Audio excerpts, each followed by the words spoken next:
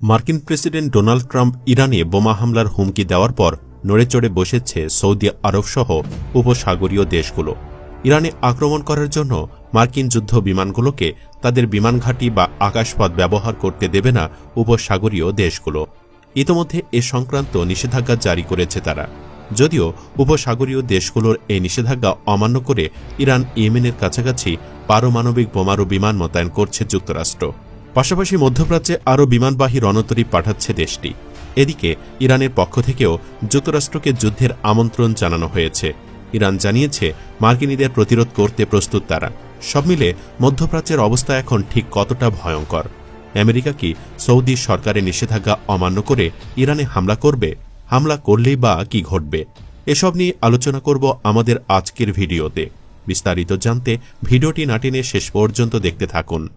Saudi আরব, সংযুক্ত আরব আমিরাত, কাতার এবং কুয়েত সবাই যুক্তরাষ্ট্রকে জানিয়েছে তারা তাদের আকাশসীমা বা অঞ্চলগুলোকে ইরানের বিরুদ্ধে যুদ্ধে ব্যবহার করতে দেবে না, যার মধ্যে জ্বালানি ভরার এবং উদ্ধার অভিযানও অন্তর্ভুক্ত রয়েছে।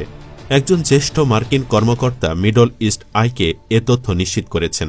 সংবেদনশীল সামরিক পরিকল্পনা নিয়ে তথ্য দেওয়ার আগে ওই কর্মকর্তা নাম প্রকাশ না করার শর্ত দেন।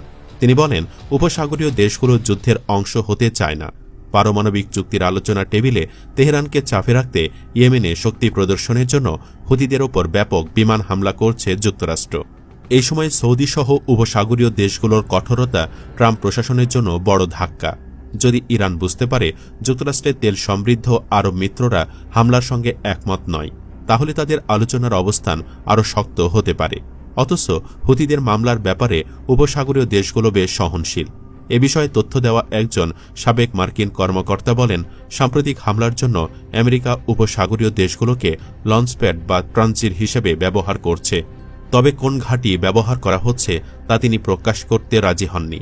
এই ব্যক্তিও নাম প্রকাশ না করার শর্তে বলেন, পর্যাপ্ত উপসাগরীয় সমর্থন রয়েছে বলে যুক্তরাষ্ট্র আত্মবিশ্বাসী। এমনকি যদি কোনো আমেরিকান বিমান এই অভিযানের সময় ভূপাতিত হয়, তবে তাৎক্ষণিক যে কোনো ঘাঁটি থেকে অন্য বিমান ওড়াতেও বাধা আসবে না বলে ধারণা করা হচ্ছিল। ট্রাম্প প্রশাসন তেহরানের বিরুদ্ধে সর্বোচ্চ চাপ প্রয়োগ করতে চাইছে। মধ্যপ্রাচ্যে সামরিক অভিযান চালাতে উপসাগরীয় দেশগুলোকে পাশে থাকার অনুরোধ করে আসছে তারা। কিন্তু ইরানে হামলার ক্ষেত্রে আরব দেশগুলোর ভেটো যুক্তরাষ্ট্রের উদ্দেশ্য হাসিল কঠিন হয়ে পড়বে। মার্কিন প্রতিরক্ষা ও গোয়েন্দা কর্মকর্তারা মার্চ মাসে ওয়াশিংটন ডিসিতে আমিরাত এবং সৌদি উভয় দেশের প্রতিনিধিদের সঙ্গে দেখা করেন। এরপরই হুতিদের ওপর হামলা শুরু করে যুক্তরাষ্ট্র।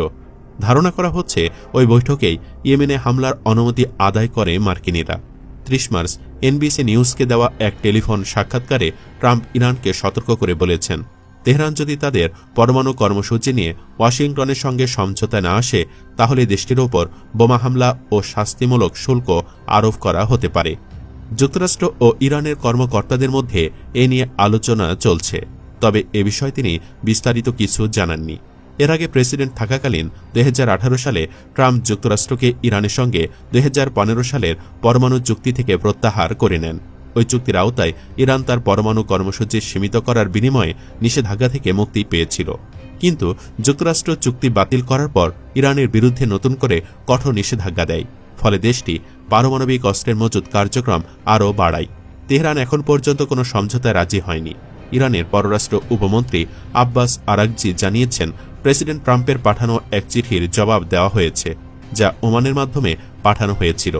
চিঠিতে ট্রাম্প নতুন একটি পরমাণু চুক্তিতে পৌঁছানোর আহ্বান জানিয়েছেন। ২০২৩ সালে ৭ অক্টোবর ইসরায়েলে হামাসের নেতৃত্বে হামলার পর থেকে জর্ডান এবং উপসাগরীয় দেশগুলোতে সর্বোচ্চ স্তরে যুদ্ধবিমান এবং পণ্য মজুত করছে যুক্তরাষ্ট্র। ওপেন সোর্স বিশ্লেষকদের দ্বারা এক্সে শেয়ার করা ফ্লাইট ট্র্যাকিং তথ্য অনুসারে অতীতের যে কোনো সময়ে সর্বোচ্চের তুলনায় এই অঞ্চলে মার্কিন সামরিক পণ্যবাহী বিমানের সংখ্যা ৫০% বৃদ্ধি পেয়েছে। এদিকে উপসাগরীয় দেশগুলো নিষেধাজ্ঞার প্রতিক্রিয়ায় ভারত মহাসাগরে দিয়েগো গার্সিয়া ঘাঁটির হ্যাঙ্গারে B-2 বোমারু বিমান রেখেছে যুক্তরাষ্ট্র। এখানে শেষ নয়, যুক্তরাষ্ট্র মধ্যপ্রাচ্যে বিমানবাহী রণতরীর সংখ্যাও বাড়াচ্ছে। পেন্টাগন জানিয়েছে, আগে থেকে থাকা একটি রণতরীর সঙ্গে আরেকটি যোগ করা হবে, যা ইন্দো প্যাসিফিক অঞ্চল থেকে আনা হচ্ছে। যুক্তরাষ্ট্র প্রতিদিন ইয়েমেনের হুতি বিদ্রোহীদের ওপর হামলা চালাচ্ছে। যা মূলত অঞ্চলটিতে বাণিজ্যিক জাহাজ ও সামরিক নৌবাহিনীর ওপর হুতিদের হুমকি বন্ধ করার জন্য পরিচালিত হচ্ছে। 2023 সালে গাজায় আক্রমণ শুরুর পর হুতিরা লোহিত সাগর ও এডেন উপসাগরে বাণিজ্যিক জাহাজগুলোর ওপর হামলা চালাতে শুরু করে, দাবি করে যে তারা ফিলিস্তিনিদের সঙ্গে সংহতি প্রকাশ করছে। হুতিদের মামলার কারণে সুয়েজ খাল হয়ে জাহাজ চলাচল ব্যাহত হচ্ছে, যা বিশ্ব বাণিজ্যের 12% বহন করে। এ কারণে অনেক মার্কিন সমর্থিত কোম্পানিকে দক্ষিণ আফ্রিকা ঘুরে দীর্ঘ পথ পাড়ি দিতে হচ্ছে, যা সময় ও খরচ বাড়িয়ে দিচ্ছে। এ পরিস্থিতিতে যুক্তরাষ্ট্রের প্রেসিডেন্ট ডোনাল্ড ট্রাম্প হুতিদের বিরুদ্ধে আরও কঠোর হামলার ঘোষণা দিয়েছেন। তিনি বলেন, হুতিদের সামনে দুটি পথ খোলা, আমাদের জাহাজে হামলা বন্ধ করো, তাহলে আমরাও হামলা বন্ধ করব, না হলে আমরা কেবল শুরু করেছি এবং আসল আঘাত এখনও বাকি। তিনি আরও বলেন, 15 মার্চ থেকে হুতিদের ওপর টানা হামলা চলছে এবং প্রতিদিনই আরও শক্তিশালী আঘাত হানা হচ্ছে। এদিকে আরেকটি খবর থেকে জানা গেছে, উপসাগরীয় দেশগুলো নিষেধাজ্ঞা অমান্য করে ইরান ইয়েমেনের কাছাকাছি পারমাণবিক বোমারু বিমান মোতায়েন করছে যুক্তরাষ্ট্র। বুধবার পেন্টাগন এই তথ্য নিশ্চিত করেছে। মার্কিন প্রতিরক্ষা সচিব পিট হেগসেথ পেন্টাগনের নৌবাহিনীর উপদেষ্টা শক্তি বাড়ানোর জন্য অতিরিক্ত যুদ্ধবিমান মোতায়েন করার সিদ্ধান্ত নেন। পেন্টাগনের সংক্ষিপ্ত বিবৃতিতে নির্দিষ্ট বিমানগুলোর কথা উল্লেখ করা হয়নি, তবে মার্কিন কর্মকর্তাদের মতে অন্তত 4টি B-2 বোমারু বিমান মার্কিন যুক্তরাজ্য যৌথ সামরিক ঘাঁটিতে স্থানান্তরিত হয়েছে, যা ইয়েমেন বা ইরান আক্রমণের জন্য যথেষ্ট কাছাকাছি। পেন্টাগনের মুখপাত্র শাওন পার্নেল বিবৃতিতে বলেন, মার্কিন যুক্তরাষ্ট্র এবং তার অংশীদাররা দায়িত্বের ক্ষেত্রে আঞ্চলিক নিরাপত্তা রক্ষার জন্য প্রতিশ্রুতিবদ্ধ।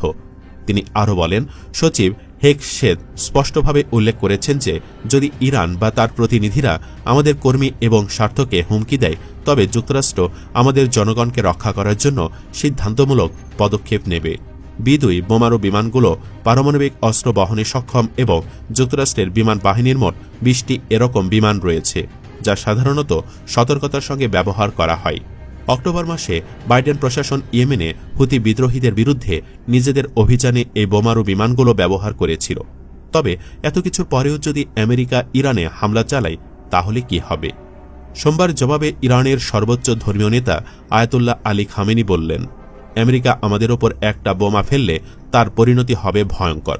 ইরানের রাষ্ট্রীয় সংবাদ মাধ্যমকে খামেনি বলেন, আমেরিকা এবং ইসরায়েলের সঙ্গে আমাদের বরাবরই শত্রুতা রয়েছে। তারা আমাদের ওপর প্রায়শই হামলার হুমকি দেয়। আমরা তাতে বিশেষ গুরুত্ব দেই না, তবে যদি তারা কোনো দুষ্কর্ম করার চেষ্টা করে, তবে অবশ্যই সমুচিত জবাব দেওয়া হবে। আর ওয়াশিংটনের মদদে ইরানের অন্দরে অশান্তি পাকানোর চেষ্টা হলে দেশের জনগণ তার মোকাবেলা করবে বলেও জানান খামেনি। ধারণা করা হচ্ছে শেষ পর্যন্ত যুক্তরাষ্ট্র ইরানে হামলা করা থেকে বিরত থাকতে পারে, কারণ উপসাগরীয় দেশগুলো নিষেধাজ্ঞা অমান্য করে ইরানে হামলা চালাতে গেলে মার্কিন বিমান ভূপাতিত করবে সৌদি সহ উপসাগরীয় দেশগুলো। আর এরপরেও যদি ইরানে কোনো হামলা হয়, তাহলে মধ্যপ্রাচ্য থেকে শুরু হয়ে যেতে পারে তৃতীয় বিশ্বযুদ্ধ। পাশাপাশি প্রশ্ন উঠছে, আমেরিকা যদি হামলা চালায়, তাহলে ইরানে কি পরমাণু অস্ত্রের যুদ্ধ হবে? সংবাদ মাধ্যমের প্রতিবেদন অনুযায়ী আয়াতুল্লাহ খামেনির একজন উপদেষ্টা আলী লারিজানি রাষ্ট্র টিভিতে বলেছেন, যদি যুক্তরাষ্ট্র বা তার কোনো মিত্র ইরানে হামলা চালায়, তাহলে ইরান পারমাণবিক অস্ত্রের অধিকারী হবে। আল্লাহ পাক রব্বুল আলামিন বিশ্বের মুসলিম দেশগুলোকে ঐক্য হওয়ার তৌফিক দান করুক, আমিন। আপনিও কমেন্ট বক্সে আমিন লিখুন এবং দোয়ায় শামিল হন। ভিডিও ভালো লাগলে লাইক দিন এবং শেয়ার করুন, আর অবশ্যই চ্যানেলটি সাবস্ক্রাইব করুন। ধন্যবাদ।